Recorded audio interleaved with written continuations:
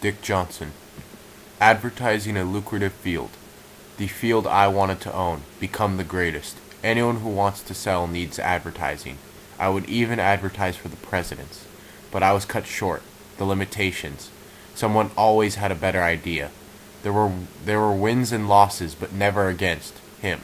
The self-proclaimed god of advertising. Donald Campbell. The greatest ever. My boss. He was short and ugly. I was tall and handsome. I stood out in any crowd. I was perfect looking. But there was nothing I could do to win. But even though he was perfect in advertising, he and my wife went too far. Even the best, when broken, is garbage. The chair was so cold and scary, but perfect.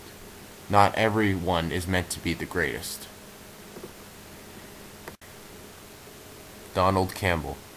Angry at the world. Unable to fight it. I hate them all. What can I do, though? I do not love my wife much. Whenever I'm stressed, I do not go for help.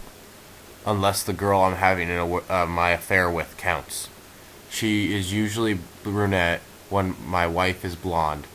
They are always powerful while my wife is weak. My wife is an airhead, but she can be smart. She cannot control me. She follows what I say. I was taken before my time, a godlike figure. I was the best at what I did, and my decisions changed the world. I advertised Kennedy's campaign. Everything I worked on, the sales dramatically increased. But the husband of a woman I had an affair with found out. And now I remorse because the wife I hated doesn't visit my stone. It bothers me now. Sarah Campbell.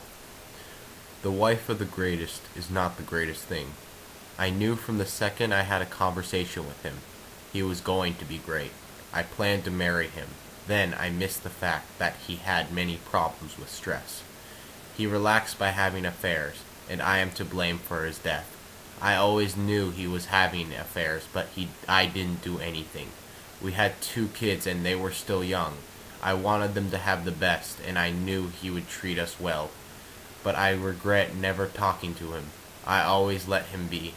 It was for the kids, and now he was killed by the very thing I knew it was wrong, but I let him continue.